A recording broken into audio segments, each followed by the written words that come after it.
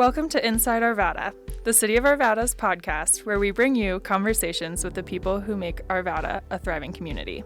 Hear stories about the past, present, and future of Arvada through the lens of the city team members who help make it all happen. Explore the complex topics impacting our community. From the roads you drive, to the water you drink, the parks where you play, to what your neighbors think. Join us as we take you inside Arvada. Welcome to Inside Arvada, the official podcast of the City of Arvada. I'm Sean Starr, one of your hosts. So glad you're tuning in to today's episode. Our guest is Bob Bromley. Bob's been with the city for 35 years, serving as the open space supervisor for the past 5. He started back in 1989 with the city as a part-time parks worker, and he's been with the city ever since. And as always, I'm joined by my co-host, Katie Patterson. Hi, Katie. Hey, Sean. Yeah, it was great to have Bob on today. He told us a lot about just the different practices they use that are different in our trails and how our open spaces are different than our parks. But one of the coolest things was he talked about this new kind of innovative tool they're using to do some kind of weed management. And it's like a biocontrol project. Essentially, they're using bugs to try and get rid of weeds. Yeah, and so very he'll cool. explain it a lot more technically than I just said it, but pretty interesting stuff. Yeah.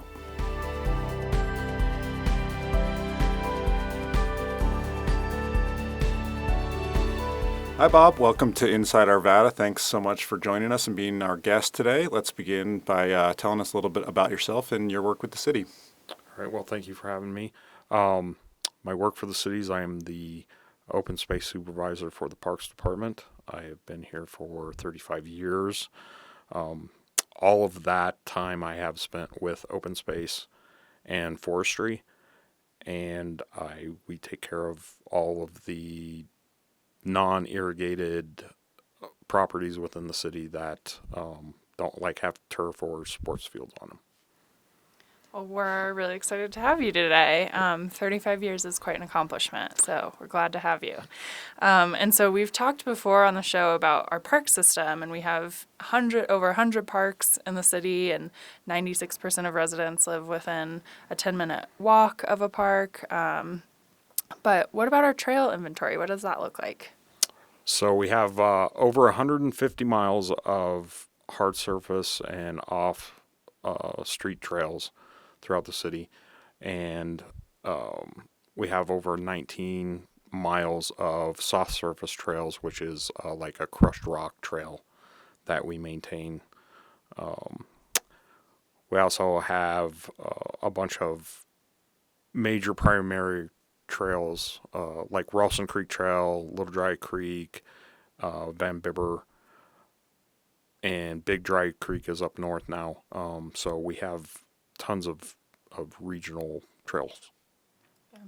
Yeah, so those are kind of our main ones. Everyone's familiar with, Ralston Creek Trail is probably the most well-known one, but we have also a series of neighborhood trails that connect, within, some are like a mile long and some are even shorter than that.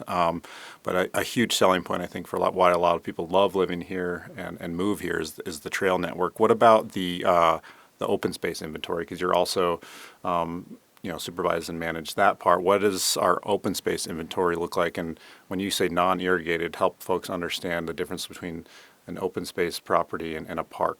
Okay. So we have a little over 3,400 acres of open space properties, which include the Patridge property that's out west, the Moore Farm, Gibbs West, which is behind the Apex Center, and that we try and manage those differently than turf grass, which when people think of parks, they're kind of thinking of turf grass, which is irrigated, and that would be like your bluegrass and flower beds and that sort of thing. We manage open space differently because we rely on weather events for our water. So if we don't get any water, our plant profile usually slows down and goes back to dormancy pretty quickly.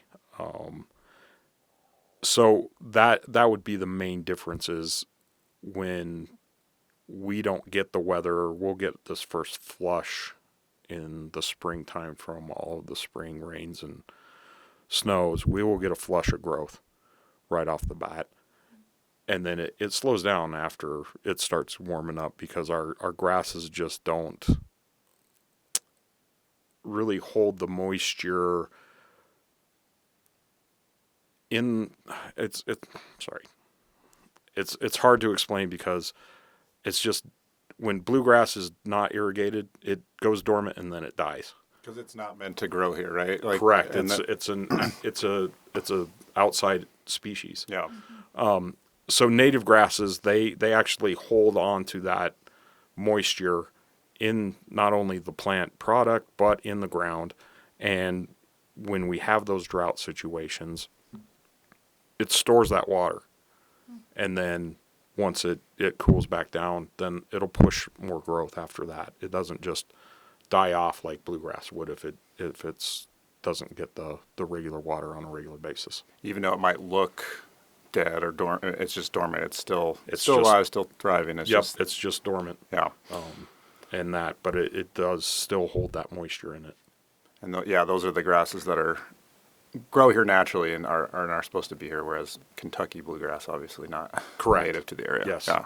Yeah, that's similar to what Joe was explaining, Yep. I think, last time, that they do very similar at the golf courses. So it's good to see, kind of understand that better, because I think folks experience that and have a different concept of what grass should look like, I think. yeah. So we're all kind of like learning this and changing our standards as we evolve. Yeah. And Right. and what it should look like, right? What Yeah. our open spaces and our landscapes should Yeah, look like. because Right. we live in a high desert prairie. Yeah. Right. And of course a desert and a prairie don't have turf. Yeah. Yeah. Because we're slowly running out of water and those natural resources. So we have to start doing some conversions from more turf grass to more native grasses, and with our builds and our rebuilds of our parks, that's what we're trying to incorporate. Yeah, I know. I think Serenity Ridge has a bunch of native, and it's looking fantastic now that it's been open for a little while. New park by Red Rocks Community College there. yeah. Yep. And then I think Marge Roberts is currently under construction, but that's got a lot of native incorporated into it. And then I'm sure there's several others as well. Yep. Yes, a lot of the parks, the new builds out west, have a lot of native turf interaction. So they're side by side and that kind of stuff. Yeah. So. Well, spring is here, and that means this time of year our trails, open spaces, all that are starting to get busy, which can come with more conflict zones for different types of travelers on our trails. And so we have some trail etiquette tips. Sean tries to get those out to folks every year. Can you share a little bit about what are some of the tips people should remember when they're using our trails, especially this time of year? Sure. The biggest one is to be courteous of each other. Bike riders should yield to pedestrians and to horse riders and equestrians. So should people just walking or hiking. They need to yield to equestrian as well. So everybody needs to yield to an equestrian rider, and then bikes yield to pedestrians. So it's just best to slow down. You know, our speed limit for our trails is 15 miles an hour, whether that's on a e-bike or a pedal bike.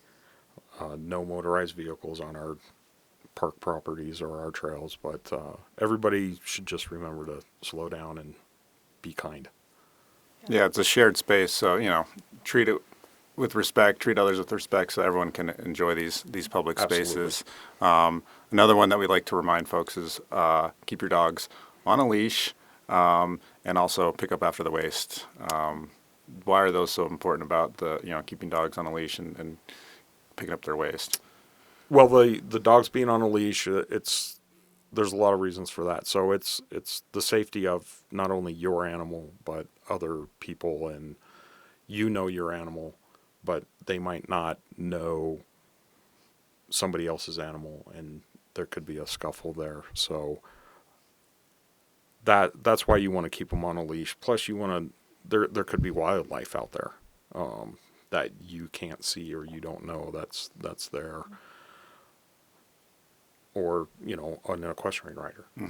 If your dog hasn't interacted with a horse, they might not know what that is and either be aggressive or scared or very curious. They might want to go up and sniff, and there's a lot of times that the horse could actually get excited and take off. So there's that. Picking up after your dog's waste, that's just kind of a common courtesy that people should have for everybody. It can cause E. coli in the water system if there's a bunch of it and nobody cleans it up. It's unsightly. It's not very pleasant to work in that either.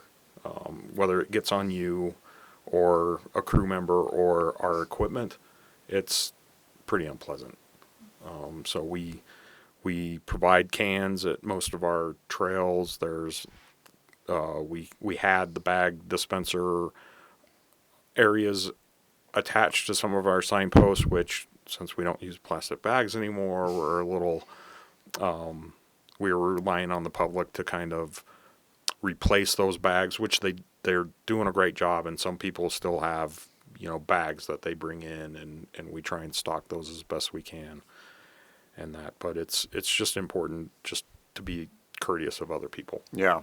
And I have to say, for my stormwater team side of things, they really appreciate it because they help manage the water quality in our streams, creeks, and ponds and lakes, and all of that eventually becomes runoff in there. And that's where the E. coli becomes a problem, and becomes a problem for downstream users who eventually drink that water. So.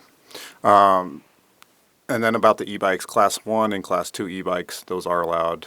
Class 3 e-bikes, those are not allowed, as I understand. I think the Class 3 e-bikes, they go faster, and so we don't want those out on our trails. So I can link to our webpage on the trail etiquette tips that provides a little bit more information on that.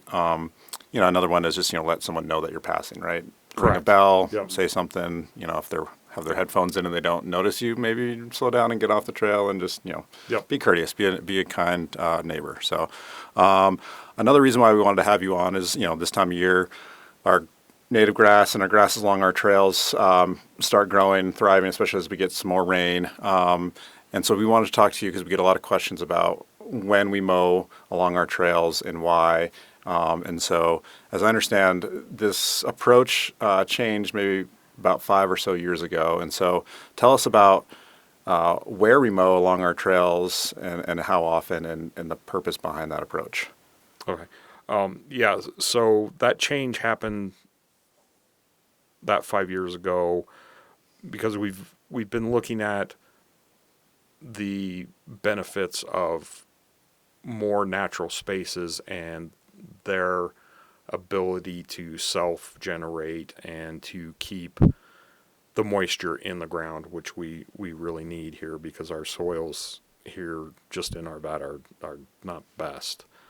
So again, going back to being different than turf, if you mow native grasses too often and too short, you don't get the natural ability for those plants to repopulate themselves. Again, needing to be in a high prairie through nature, pushes the growth. The plants go to seed, and then in the fall they drop seed and they reseed themselves and they repopulate the area. So if we're mowing those grasses, we're taking the moisture out of the ground. We're taking it out of the plant. We are causing those plants to not be able to regenerate themselves, and that's a big part of native grasses is the need for them to get to maturity before we do most of our maintenance. So we try and get out and we do our mowing after we get our first big flush of the year when temperatures, it's usually soil temperatures over 50 degrees, or that when we start seeing a lot of growth that's pushed. And we do along the trails and then along fence lines as a courtesy to people so that you can get off the sidewalk if you have a equestrian person come by or a bike or somebody with a dog. We do those so that you could get your dog possibly off the sidewalk so that they can do their business there, and you have the ability to pick that up and take it to the next can or so. But our grasses differ, with that too frequent mowing or too low of mowing. It's just not sustainable for those plants. And that, you do the trail cut and then you do the courtesy cut along fence lines, but then the kind of the space between that, like the greenway, that's the part that we're leaving until the fall, right? Correct. Yeah. Yeah. So we leave that to try and help our plants to repopulate each other. We do have a overseeding program that we try and go through. You can tell a big difference throughout the year where we have mowed next to the path or the fence lines compared to the areas that we've left non-mowed. It's a real big difference there. So we do have a lot of weeds and unwanted vegetation that move into those areas because there's nothing to compete with their growth. And with their growth, I mean the weeds. Yeah. If you have a really healthy stand of native grasses, it crowds out the weeds. And so we don't have a lot of weed problems in those areas that we have not mowed. Yeah. There might be a few here and there, but we go through and we try and mitigate those on a slight basis. Yeah. And then how regularly are you able, because you have a very small crew for the amount of land that you're responsible for maintaining. When you are doing those trail cuts, how often are you able to get to those throughout the city? 150 miles of trails. It probably takes a while to get through them once. So if I'm, I've got a trail outside my house or that I frequent and I notice it hasn't been mowed or in a while, like what sort of frequency of mowing can folks expect for those trail cuts? Yeah, so we try and get out there every 6 to 8 weeks. Again, that depends on, it could be sooner. Really depends on weather, the equipment running correctly, and us not having any breakdowns or personnel, because everybody likes to take some time off here and there and have a vacation as well. So it just depends on a lot of factors for us. It could be we get a small push this spring because we've had a little bit of moisture, and then we'll mow and we won't be back for a while because it's just not growing. We typically mow our native grasses at 5 inches high, whereas turf is usually anywhere between 1.5 inches to 3 inches is where they do Kentucky bluegrass type turf. And those are cut every week? The parks and the athletic fields are cut once a week. Yeah. Sometimes athletic fields have to be cut more, just because they are a higher use, and some of the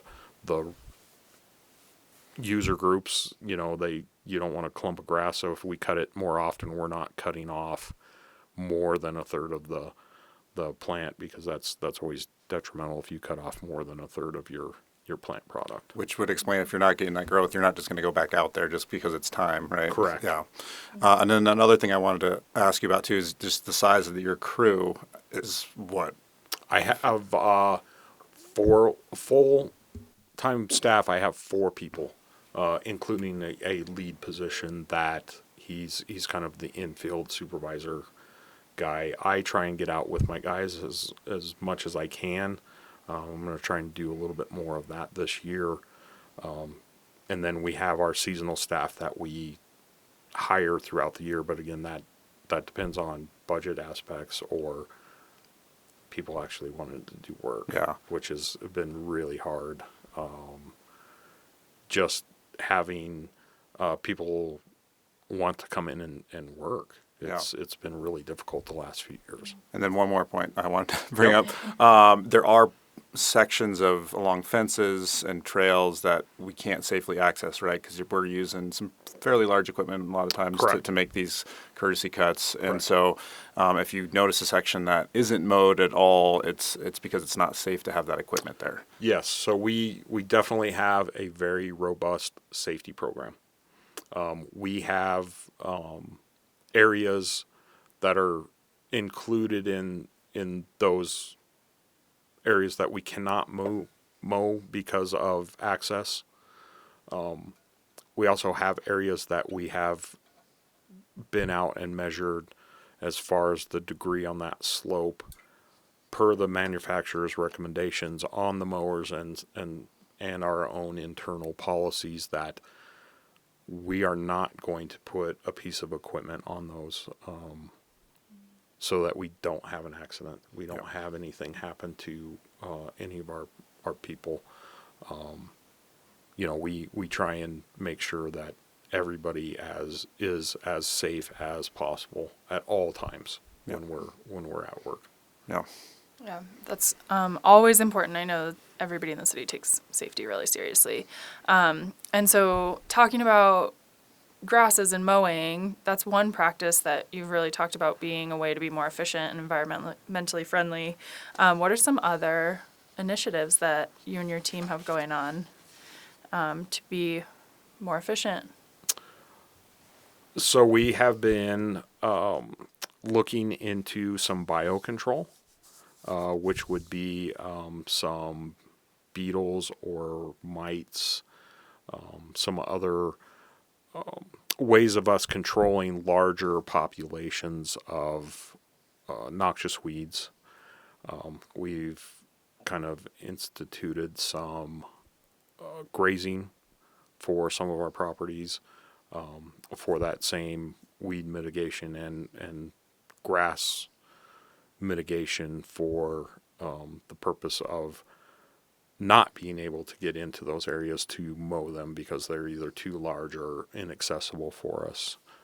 But animals, they don't have to follow guidelines for stuff, so they can go wherever they want. But I'm pretty excited about the biocontrol aspect. I'm working with the state Department of Ag for those different areas, and we don't have like massive infestations of really bad plants. We have some, but I'm trying to make sure that we don't get to that point where we are just really inundated with those plants so that we have to do other chemical treatments or labor intensive treatments for those things. So I'm pretty excited to continue that research and that aspect of what we do. So you kind of look to these partners at the state or kind of other people who do this kind of research, and then they help say, like, yep, these types of bugs essentially will help you mitigate whatever you're seeing. Yes. So first we have to go out and we have to do like an inventory and see, okay, we have this population, say, of leafy spurge in part of the park system or the open space system.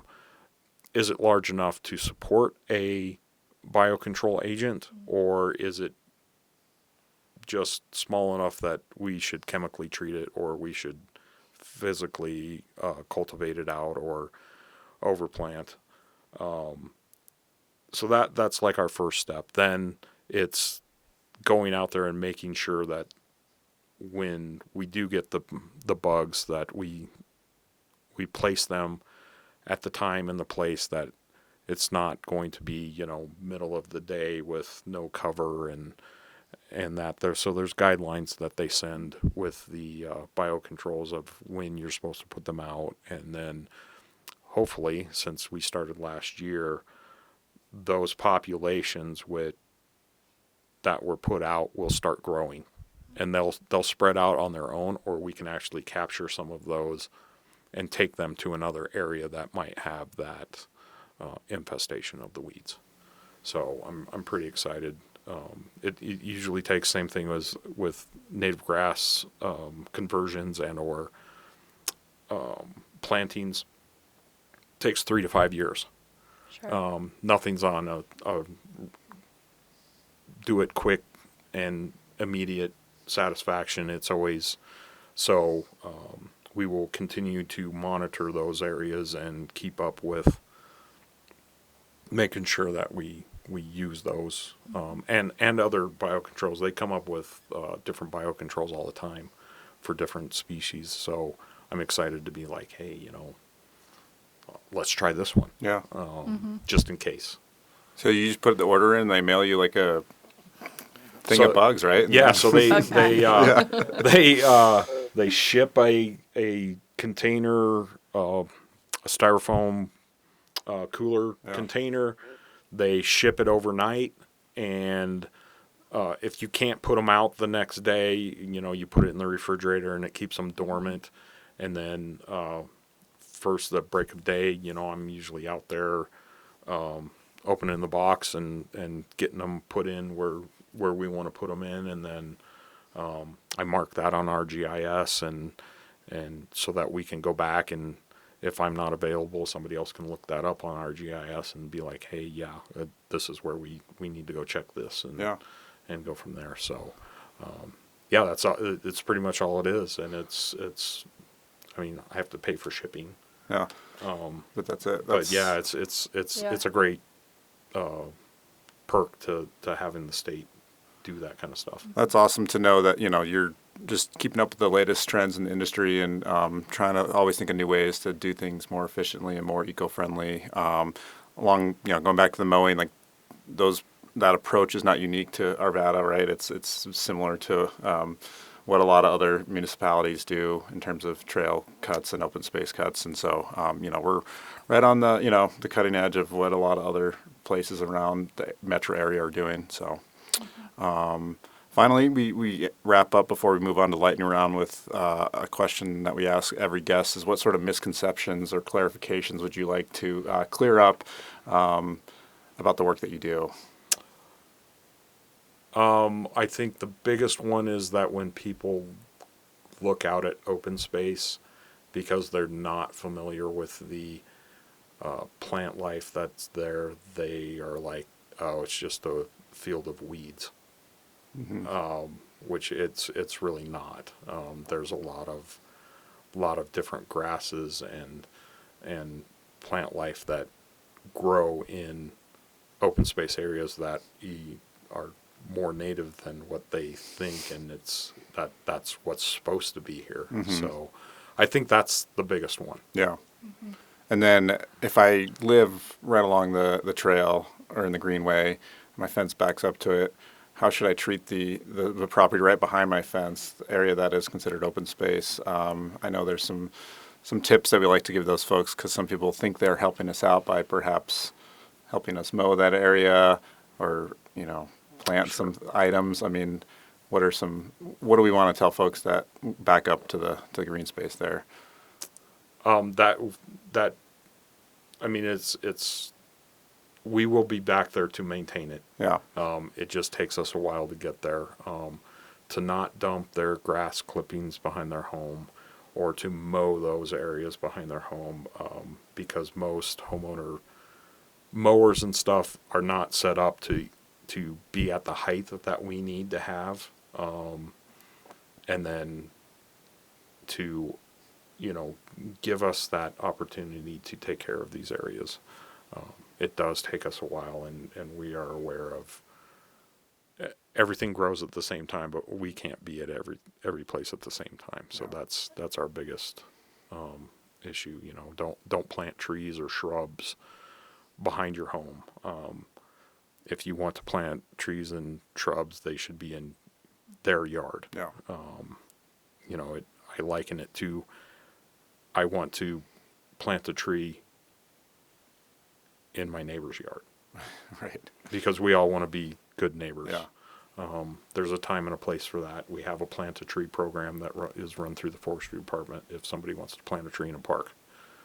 Again, that would have to go in a park because there's supplemental water for the turf and the trees, whereas we can't really plant those in open space areas because we don't have that supplemental water, and the tree will eventually die. Yep. So Yeah. We have a new plant a tree page that'll be live here soon, so we have an improved process for folks interested in that. And we also have a page that provides some of these guidelines of what you should and shouldn't do for those open space areas. So thanks for touching on that. I think we're ready for the lightning round. Yeah, let's do it. So quick questions for folks to get to know you a little better. What is your favorite thing about Arvada? It's home. So I live here, I work here, I was born and raised here. And it's just a really good community. Yeah. And that, so I think that's just, it's just a good community. It's good to be part of it. Yeah. Agreed. First, last, or best concert? My first, best, and last concert was all in the same thing. No way. Because I'm not a concert person. One and done. Yes. It was the Beach Boys and Southside Johnny. Wow. I was going to say maybe you didn't see a good band, but the Beach Boys are That's- great. So Yeah. it's just not your thing. I'm just not a big crowds person. Okay. Yeah. Fair. What brought you to Arvada, as you just told us? Birth. Yes. Your parents. So, Yeah. yeah. So, it was just, this is where we were born Where and you've always raised. been. Yep. What was your first job? My first job, I mowed lawns and took care of people's lawns in the neighborhood. It was destiny. Yeah, it was that. I've done, the food industry growing up and going through high school. That stuff. I worked for the same construction company that my dad was a superintendent for, and found out pretty quickly that construction was not going to be for me because I was the boss's kid. Yeah. And I just kind of fell into working here. Yeah. Nice. What's been your favorite project you've done with the city? Boy, I have a few. 35 years. Yeah, 35 Yeah. years. Unfortunately, one of them is the Jessica Ridgway Memorial. My crew was a big part of the installation and the placement of that memorial for her. So it was pretty nice to be able to do something like that. Just as a personal aspect and professional. I also really like our training program. We have a in-house equipment training program that we really take seriously, and I teach all of the guys about tractors and implements and that kind of stuff. So I really enjoy those 2 days. The safety rodeo, right? Is that Yes. what you're talking about? Yeah. We have a video that I can link in the show notes that we did a couple years ago, and it's such a cool idea because you get the whole team out there, a big parking lot, and everyone learns from the experts like yourself who have been with the city for decades on how to properly and safely run all the various different types of equipment that you use. Yeah. So, very cool project. Yeah. Awesome. Well, thanks so much for coming on today, Yeah. Bob. It's great to have you. Yeah, thanks. Thank Thanks you. for having me.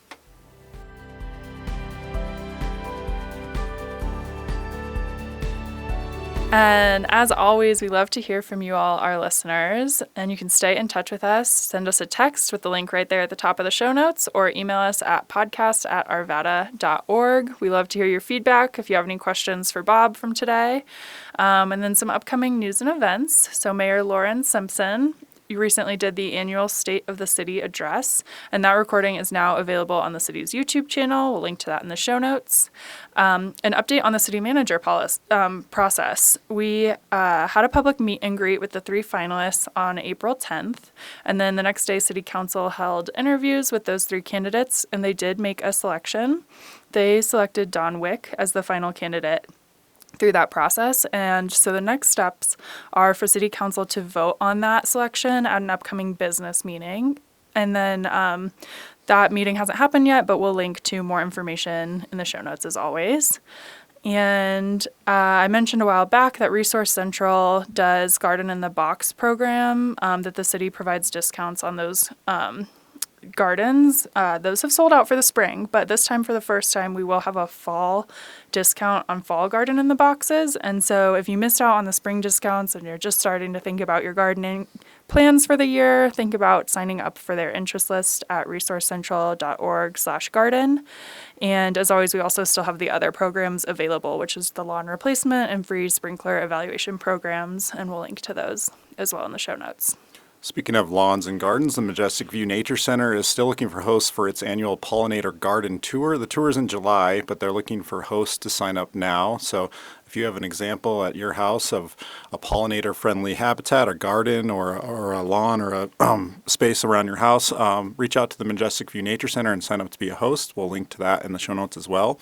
And then finally, the city is hosting its 39th annual Arbor Day tree planting coming up here. With this year, we're partnering with Seacrest Elementary School, planting trees at Homestead Park. And this tree planting celebration is part of the city's earning its Tree City USA recognition from the Arbor Day Foundation, which it'll be 34 straight years now earning that designation. So that's such a cool tradition.